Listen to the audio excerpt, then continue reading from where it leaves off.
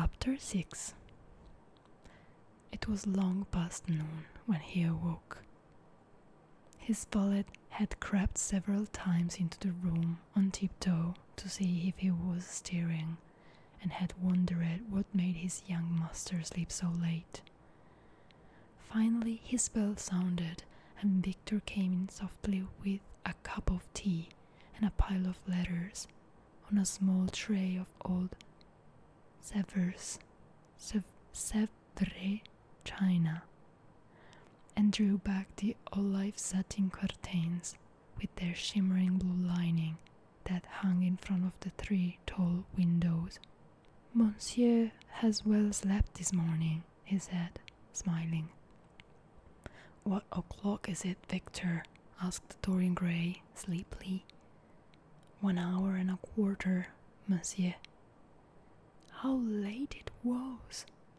He sat up, and having sipped some tea, turned over his letters.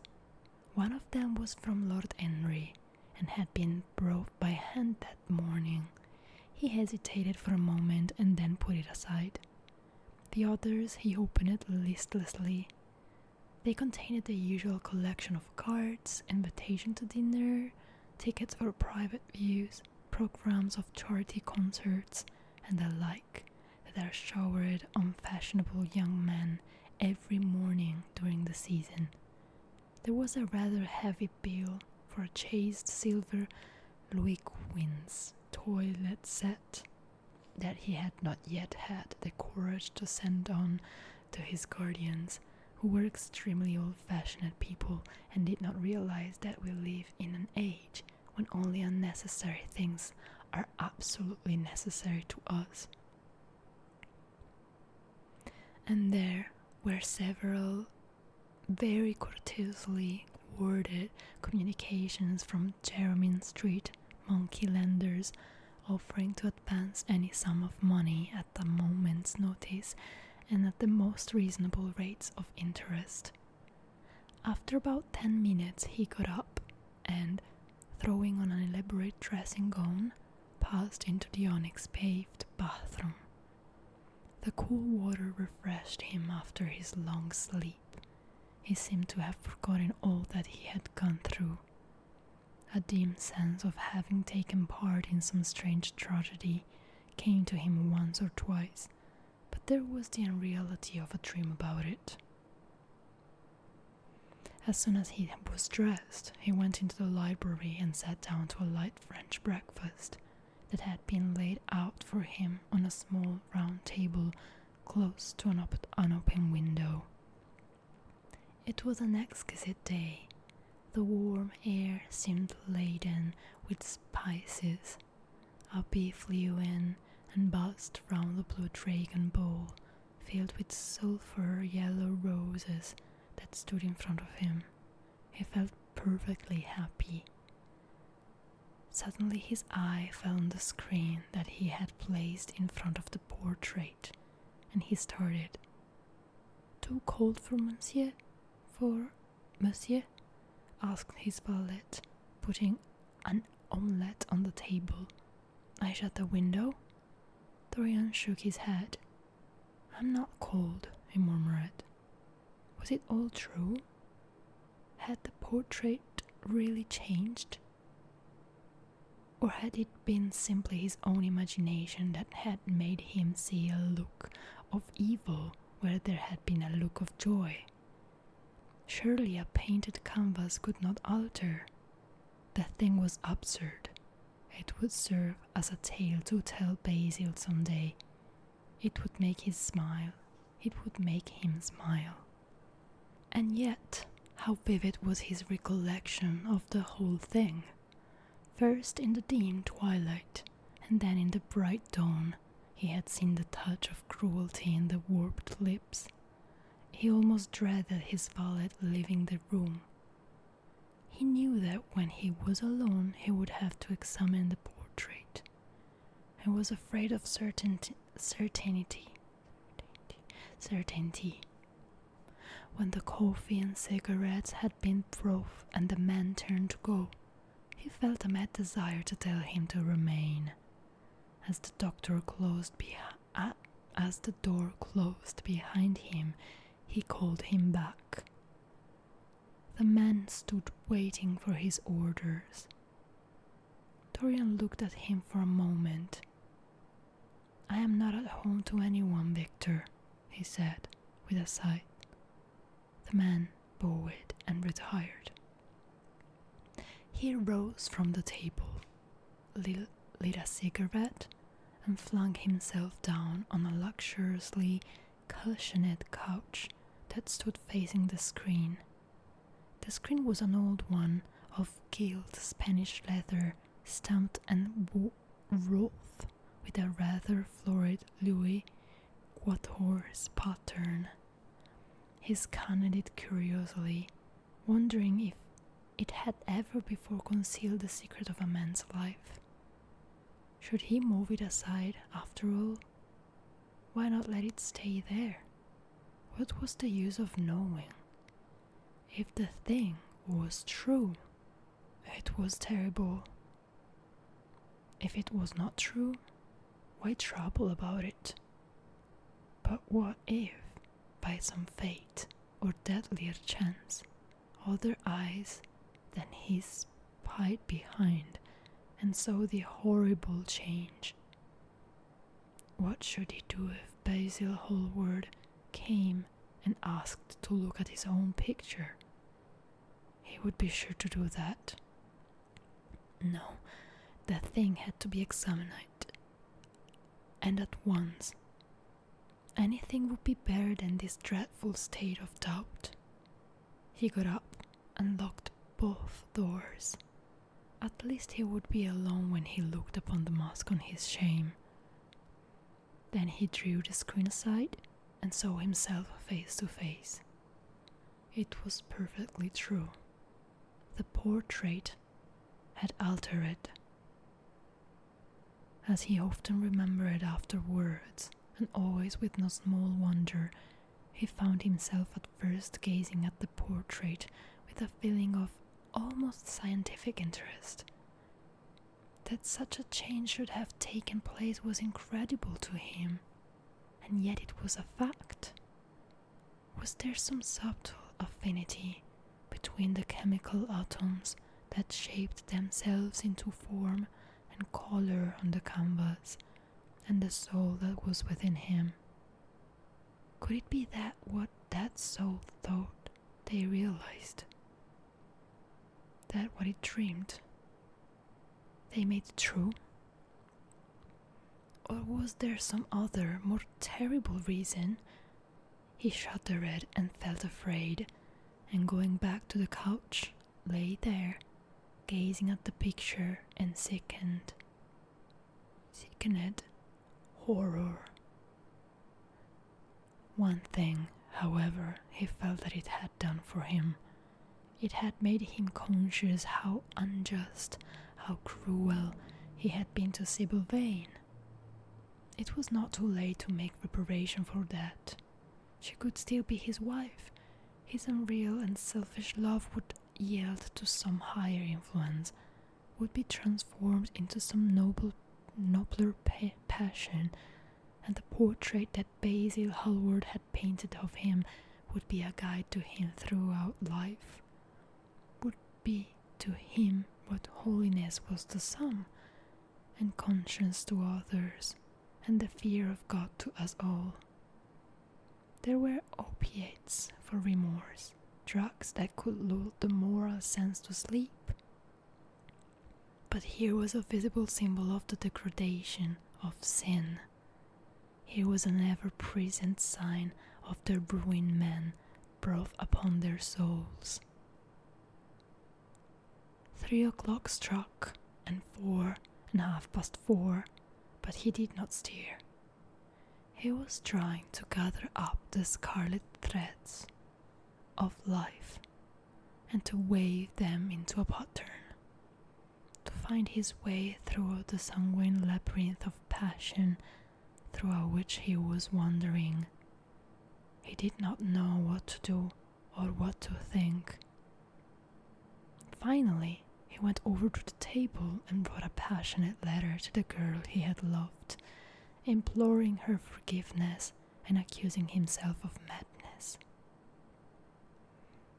He covered page after page with wild words of sorrow and wilder words of pain. There is a luxury in self-reproach. When we blame ourselves, we feel that no one else has a right to blame us. It is the confession, not the priest, that gives us absolution. When Dorian Gray had finished the letter, he felt that he had been forgiven. Suddenly, there came a knock to the door, and he heard Lord Henry's voice outside. "My dear Dorian, I must see you. Let me in at once. I can bear your shutting yourself up like this." He made no answer at first, but remained quite still. The knocking still continued and grew louder. Yes, it was better to let Lord Henry in and to explain to him the new life he was going to lead. To quarrel with him if it became necessary to quarrel, to part if parting was inevitable. He jumped up, drew the screen hastily across the picture, and unlocked the door. "I'm so sorry for it all, my dear boy," said Lord Henry, coming in. "But you must not think about it too much." "Do you mean about Sybil Vane?" asked Dorian. "Yes, of course," answered Lord Henry, sinking into a chair and slowly pulling his gloves off. "It is dreadful from one point of view, but it was not your fault. Tell me, did you go behind and see her after the play was over?" "Yes." "I felt sure you had. Did you make a scene with her?" "I was brutal, Harry, perfectly brutal. But it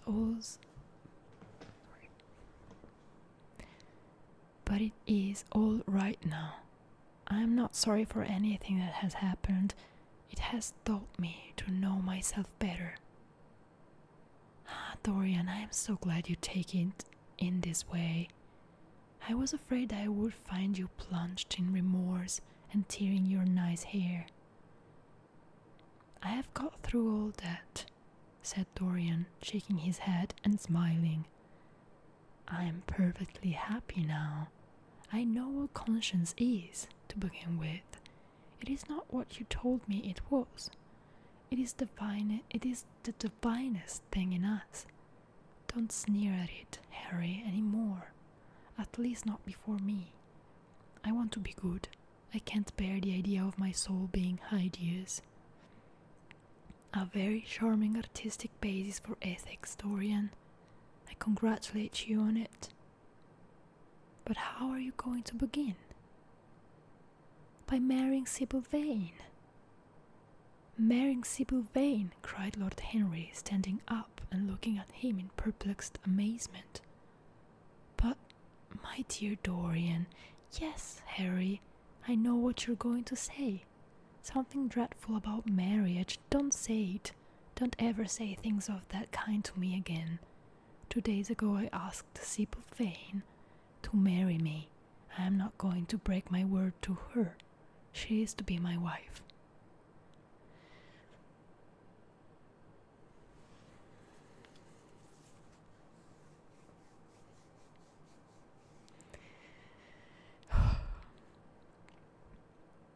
"Your wife, Dorian. Didn't you get my letter? I wrote to you this morning and sent the note down by my own man."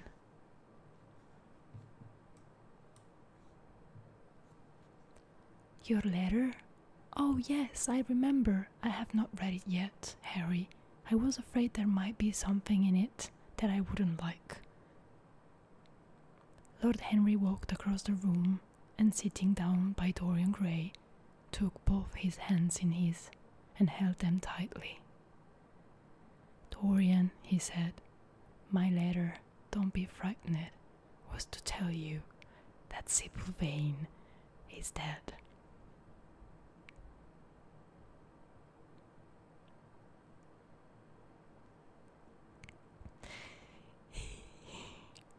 A cry of pain rose from the lad's lips, and he leaped to his feet, tearing his hands away from Lord Henry's grasps.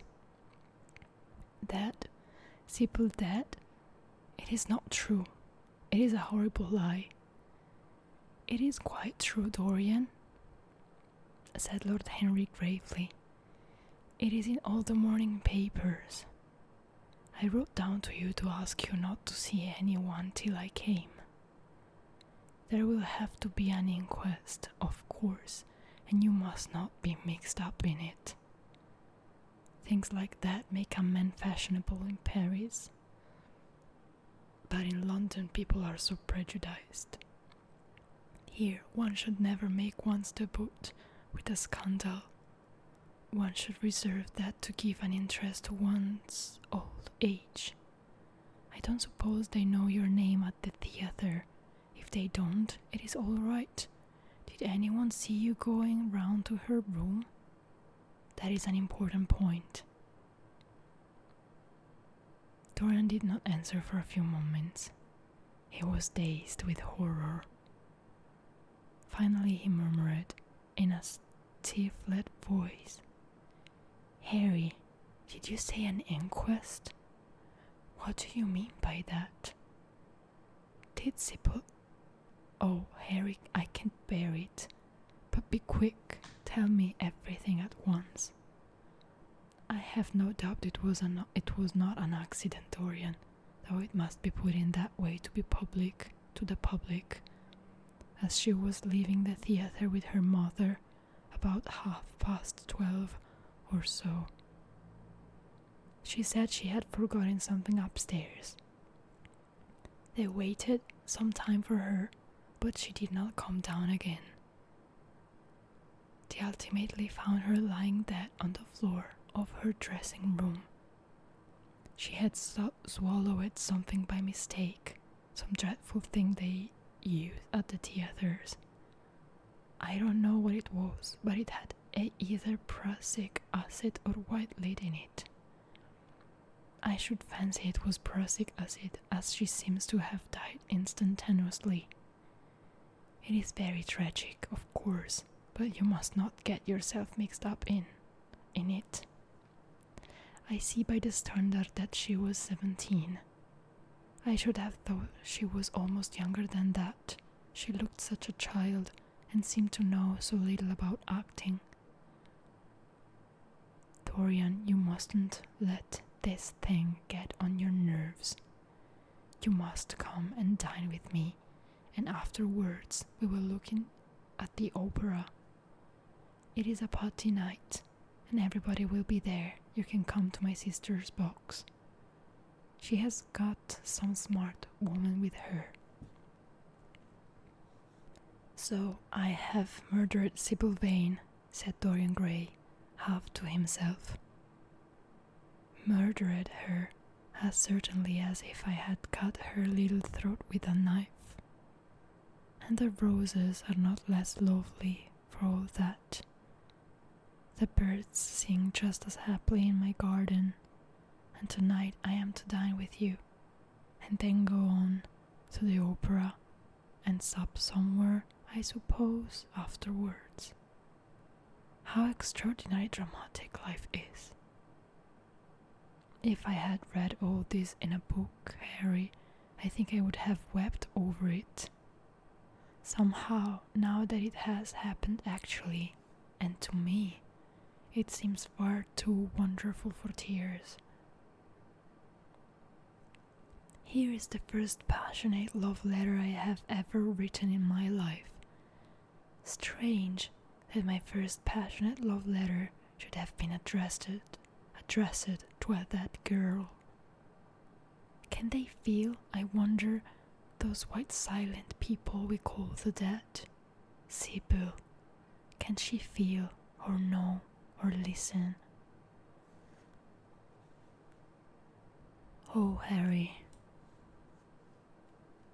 how I loved her once. It seems years ago to me now. She was everything to me. Then came that dreadful night. Was it really only last night, when she played so badly and my heart almost broke? She explained it all to me. It was terribly pathetic, but I was not moved a bit. I thought her shallow.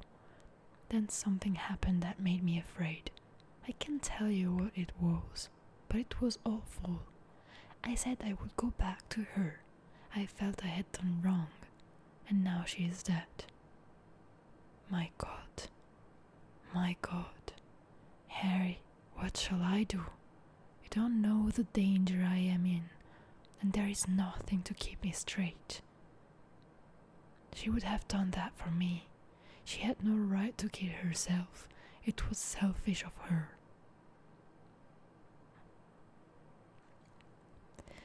My dear Dorian, the only way a woman can ever reform a man is by boring him so completely that he loses all possible interest in life.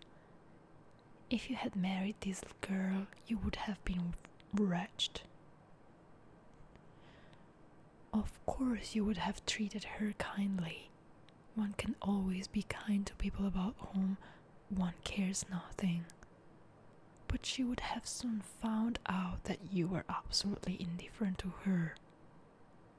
And when a woman finds that out about her husband, she either becomes dreadfully dowdy or wears very smart bonnets that some other woman's husband has to pay for. I say nothing about the social mistake, but I assure you that in any case, the whole thing would have been an absolute failure. I suppose it would, muttered the lad, walking up and down the room and looking horribly pale. But I thought it was my duty. It is not my fault that this terrible tragedy has prevented my doing what was right. I remember your saying once there that there is a fatality about good resolutions, that they are always made too late. Mine certainly were. Good resolutions are simply a useless attempt to interfere with scientific laws. Their origin is pure vanity, their result is absolutely nil. They give us now and then some of those luxurious, sterile emotions that have a certain charm for us. That is all that can be said for them. Harry, cried Dorian Gray, coming over and sitting down beside him. Why is it that I cannot feel this tragedy as much as I want to? I don't think I am heartless. Do you? You have done too many foolish things in your life to be entitled to give yourself that name, Dorian, answered Lord Henry with his sweet, melancholy smile. The lad frowned. I don't like that explanation, Harry, he rejoined, but I am glad you don't think I am heartless. I am nothing of the kind. I know I am not. And yet I must admit that this thing that has happened does not affect me as it should. It seems to me to be simply like a wonderful ending to a wonderful play. It has all the terrible beauty of a great tragedy, a tragedy in which I took part, but by which I have not been wounded. It is an interesting question, said Lord Henry, who found an exquisite pleasure in playing on the lad's unconscious egotism. An extremely interesting question. I fancy that the explanation is this. It often happens that the real tragedies of life occur in such an inartistic manner that they hurt us by their crude violence, their absolute incoherence, the absurd want of meaning. their entire lack of style. They affect us just as vulgarity affects us.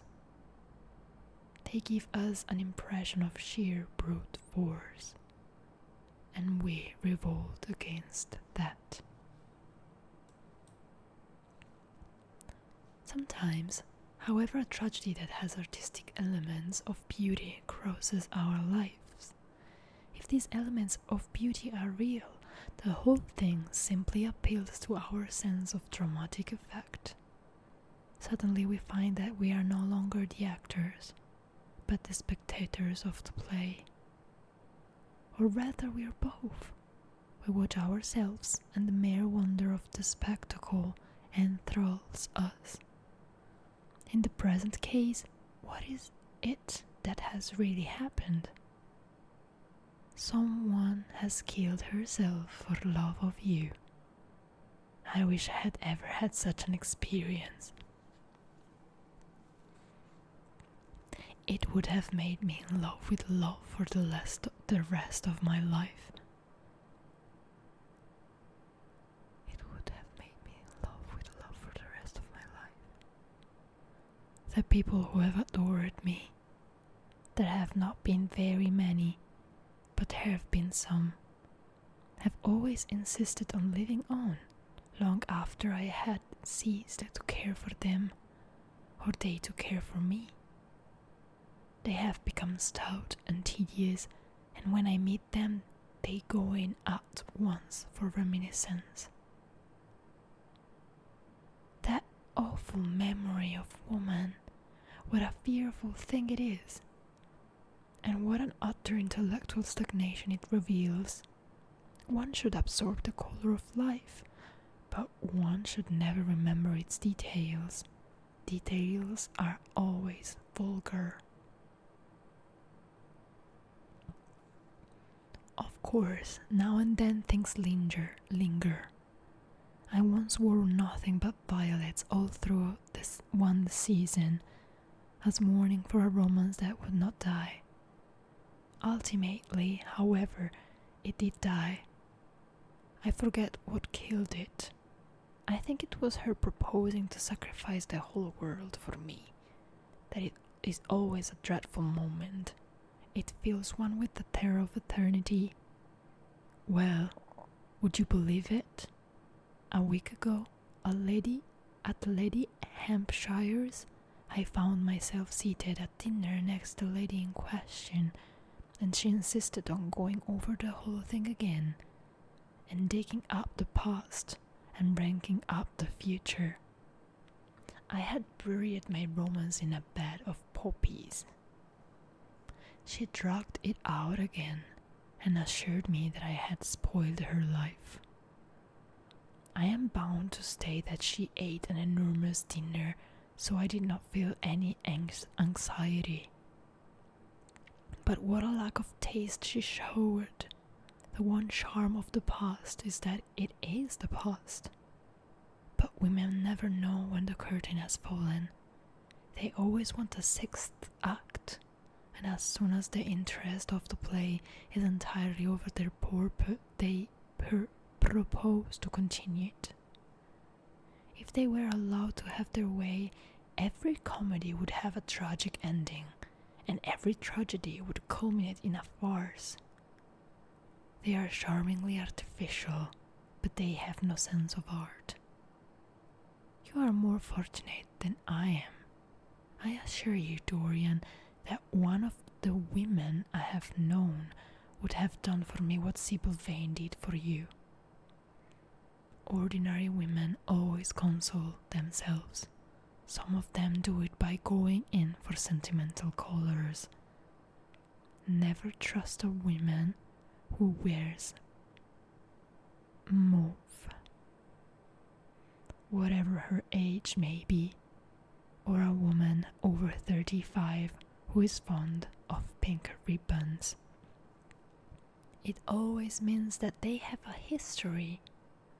Others find a great consolation in suddenly discovering the good qualities of their husbands.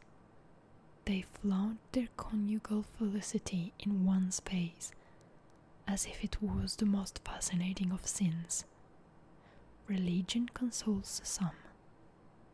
Its mysteries have all the charm of a flirtation, a woman once told me, and I can quite understand it. Besides, nothing makes one so vain as being told that one is a sinner. There is really no end to the consolations that women find in modern life. Indeed, I have not mentioned it, the most important one of all. What is that, Harry? Said Dorian Gray listlessly. Oh, the obvious one. Taking someone else's admirer when one loses one's own. In good society that always whitewashes a woman, but really, Dorian, how different Sybil Vane must have been from all the women one meets. There is something to me quite beautiful about her death. I am glad I am living in a century when such wonders happen. They make one believe in the reality of the things that shallow, fashionable people play with, such as romance, passion, and love. What was that, Harry? You said to me that Sybil Vane represented to you all the heroines of romance, that she was Desdemona one night and Ophelia the other, that if she died as Juliet she came to life as Imogen. She will never come to life again now, murmured the lad, burying his face in his hands. No, she will never come to life. She has played her last part. But you must think of that lonely death in the tow-dry dressing room simply as a strange lurid fragment from some Jacobin tragedy, as a wonderful scene from Webster, or Ford, or Cyril Tourneur. The girl never really lived, and so she has never really died. To you at least she was always a dream, a phantom that flitted through Shakespeare's plays and left them lovelier for its presence, a reed throughout which Shakespeare's music sounded richer and more full of joy. The moment she touched actual life, she marred it, and it marred her, and so she passed away. Mourn for Ophelia if you like. Put ashes on your head because Cordelia was strangled. Cry out against heaven because the daughter of Brabantio died. But don't waste your tears over Sybil Vane. She was less real than they are.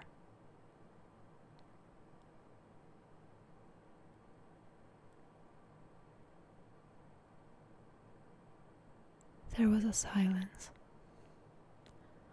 The evening darkened in the room, noiselessly, and with silver feet. The shadows crept in from the garden. The colors faded wearily out of things. After some time, Dorian Gray looked up. You have explained me to myself, Harry, he murmured, with something of a sigh of relief. I felt all that you have said, but somehow I was afraid of it, and I could not express it to myself. How well you know me, but we will not talk again of what has happened. It has been a marvelous experience. That is all.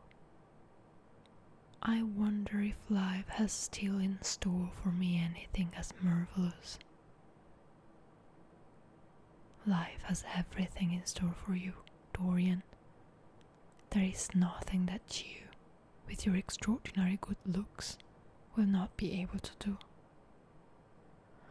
But suppose, Harry, I became haggard and grey and wrinkled What then? Then, said Lord Henry, rising to go. Then, my dear Dorian, you would have to fight for your victories. As it is, they are brought to you. No, you must keep your good looks. We live in an age that reads too much to be wise, and that thinks too much to be beautiful. We cannot spare you, and now you had better dress and drive down to the club. We are rather late as it is. I think I shall join you at the opera, Harry. I feel too tired to eat anything. What is the number of your sister's box? 27, I believe. It is on the grand tier. You will see her name on the door. But I am sorry you won't come and dine. I don't feel up to it, said Dorian wearily. But I am awfully obliged to you for all that you have said to me. You are certainly my best friend. No one has ever understood me as you have. We are only at the beginning of our friendship, Dorian, answered Lord Henry, shaking him by the hand. Goodbye. I shall see you before 9:30, I hope. Remember, Patty is singing. As he closed the door behind him, Dorian Gray touched the bell, and in a few minutes Victor appeared with the lamps and drew the blinds down. He waited impatiently for him to go. The man seemed to take an interminable time about everything. As soon as he had left, he rushed to the screen and drew it back. No, there was no further change in the picture. It had received the news of Sybil Vane's death before he had known of it himself. It was conscious of the events of life as they occurred. The vicious cruelty that marred the fine lines of the mouth had, no doubt, appeared at the very moment that the girl had drunk the poison, whatever it was. Or was it indifferent to results? Did it merely take cognizance of what passed within the soul? He wondered and hoped that someday he would see the change taking place before his very eyes, shuddering as he hoped it. Poor Sybil. What a romance it had all been. She had often mimicked death on the stage, and at last death himself had touched her and brought her with him. How had she played the dreadful scene? Had she cursed him as she died? No, she had died for love of him, and love would always be a sacrament to him now. She had atoned for everything by the sacrifice she had made of her life. He would not think any more of what she had made him go through, that horrible night at the theatre. When he thought of her, it would be as a wonderful tragic figure to show love and be in a great reality. A wonderful tragic figure? Tears came to his eyes as he remembered her childlike look and winsome fanciful ways and shy tremulous grace. He wiped them away hastily and looked again at the picture. He felt that the time had really come for making his choice. Or had his choice already been made? Yes, life had decided that for him. Life and his own infinite curiosity about life.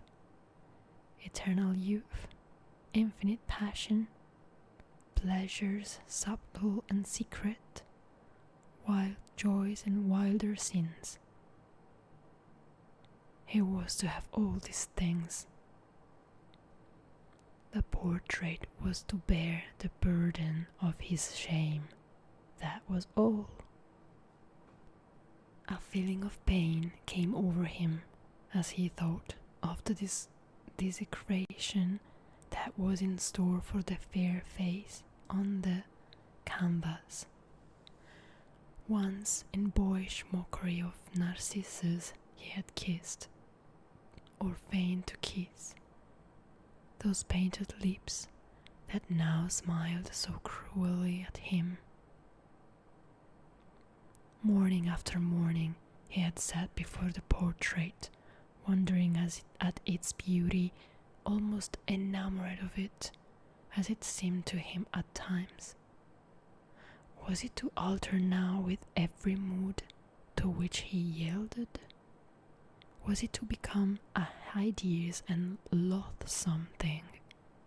To be hidden away in a locked room, to be shut out from the sunlight that had so often touched the brighter gold, the waving wonder of the hair? The pity of it! The pity of it! For a moment he thought of praying that the horrible sympathy that existed between him and the picture might cease. It had changed in answer to a prayer. Perhaps in answer to a prayer it might remain unchanged.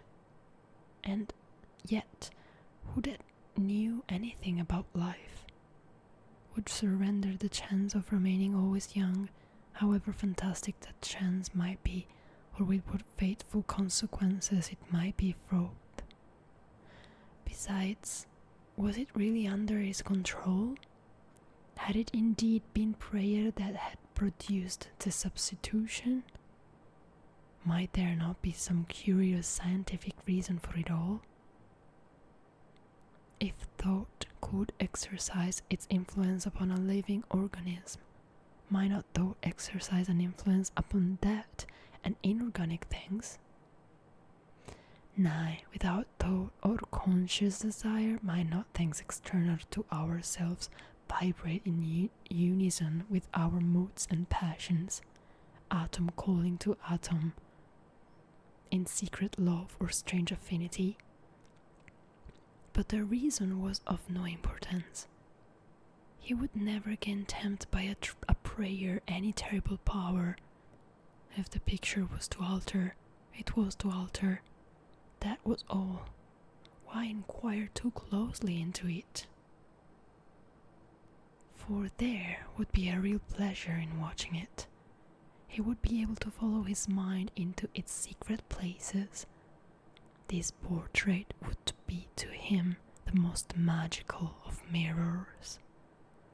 As it had revealed to him his own body, so it would reveal to him his own soul. And when winter came upon it, he would still be standing where spring trembles on the verge of summer. When the blood crept from its face and left behind a pallid mask of chalk, with leaden eyes, he would keep the glamour of boyhood. Not one blossom of his loveliness would ever fade. Not one pulse of his life would ever weaken.